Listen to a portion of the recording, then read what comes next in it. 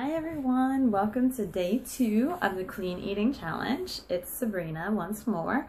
Today I want to talk about calorie counting. There was a really special request about this from some people who did the challenge last month, so I want to share with you, talk about calorie counting and portion control.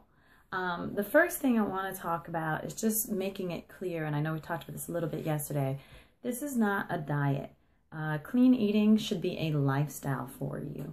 And the reason I say it's not a diet is because diets actually make people fat. You ever think about any time any of you have ever gone on a diet, you find yourself losing weight, and then when you stop the diet and you go back to your other eating lifestyle, then you gain all that weight back plus a little bit more. And the reason for that happening is, one, you've chosen most diets, you've chosen a diet that is on the extreme side, and most diets are where they put you in this eating style that is not sustainable for a long period of time. So eating clean gives you a way to make a lifestyle change that can become the way you eat forever and ever, which means you're also going to keep that weight off.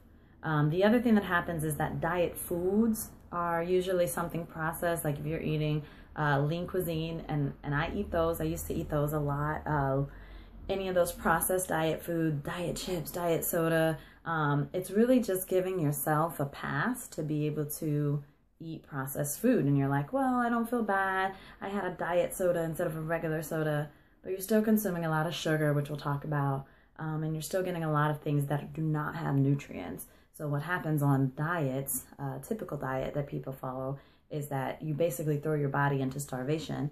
So when you come off of that diet and you start eating again, all the things you used to eat or things that you normally eat, your body is storing everything. It's packing on the pound because it's coming out of a state of starvation, and it assumes that you're not going to be feeding it anytime soon.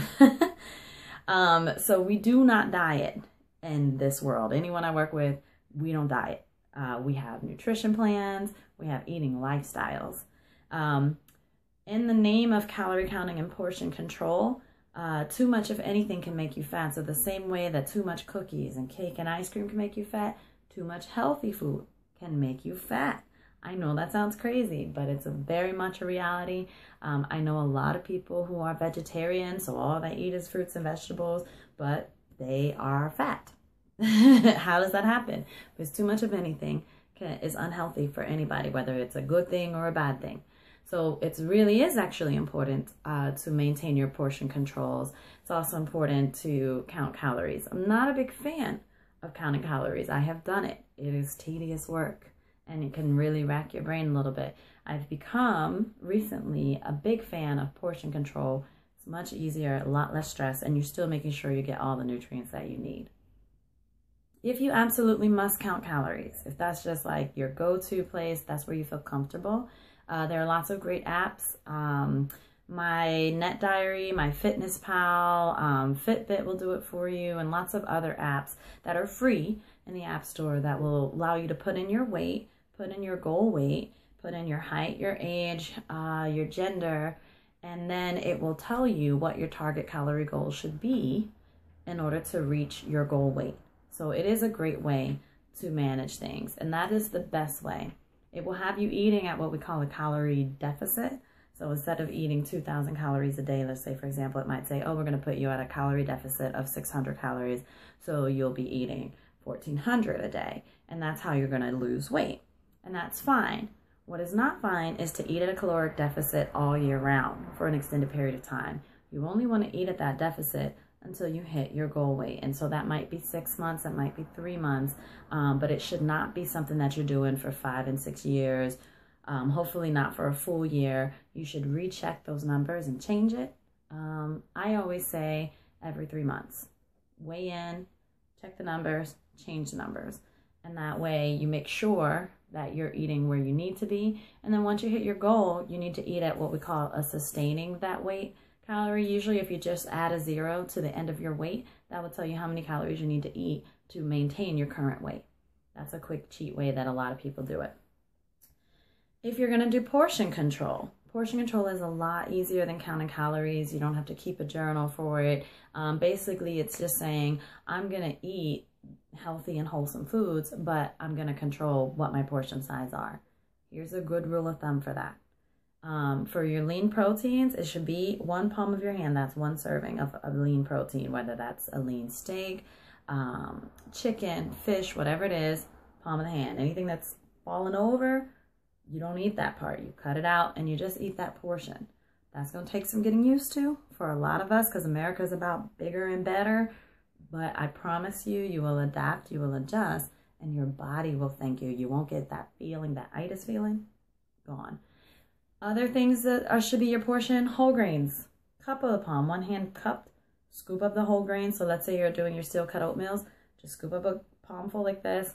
Okay, that's how much I need. Same with rice and so forth. Those are your whole grains, your complex carbs. Complex carbs that are fruits and vegetables, 2 cup palmfuls like this. So I've got tiny hands, so my portion size will be smaller than those of you with bigger hands than me. But the same rule of thumb applies because you're getting what your body needs to feel balanced. And so we should be pairing 1 lean protein with some complex carbs. They go together. You know, you always have some sort of meat and then some sort of fruit or vegetable with dinner. So they go together. You will be full. So those are my tips for calorie counting and portion control. If you eat this way and you stick to it, you are going to shed pounds, and it makes your life a little bit easier so you don't have to do all that calorie counting. And the last thing I would say is keep track of what you're eating. If you're trying to lose weight, then you've got to write it down. Even when I'm not trying to lose weight, I still write down what I'm eating because I want to make sure I'm getting the optimal combination of foods throughout the day to give my body energy. Okay, so did I have enough fruits and vegetables? I try to have 3 servings of vegetables. Did I have enough fruit? I try to have 2 servings of fruit. Did I have enough protein? I have 4 servings of protein throughout my day. Did I have enough healthy fats, which we'll talk about? I try to have a few tablespoons, about 3 tablespoons of healthy fats throughout the day. Did I get enough seeds? So lots of different things, and we'll be talking about all of those combinations a little bit later. So do still write it down. Keep a food journal. If you're not sure what that is or where you can get some, let me know in the chat, in the comments below, and I will point you in the right direction. Okay, thanks guys. I will see you guys later.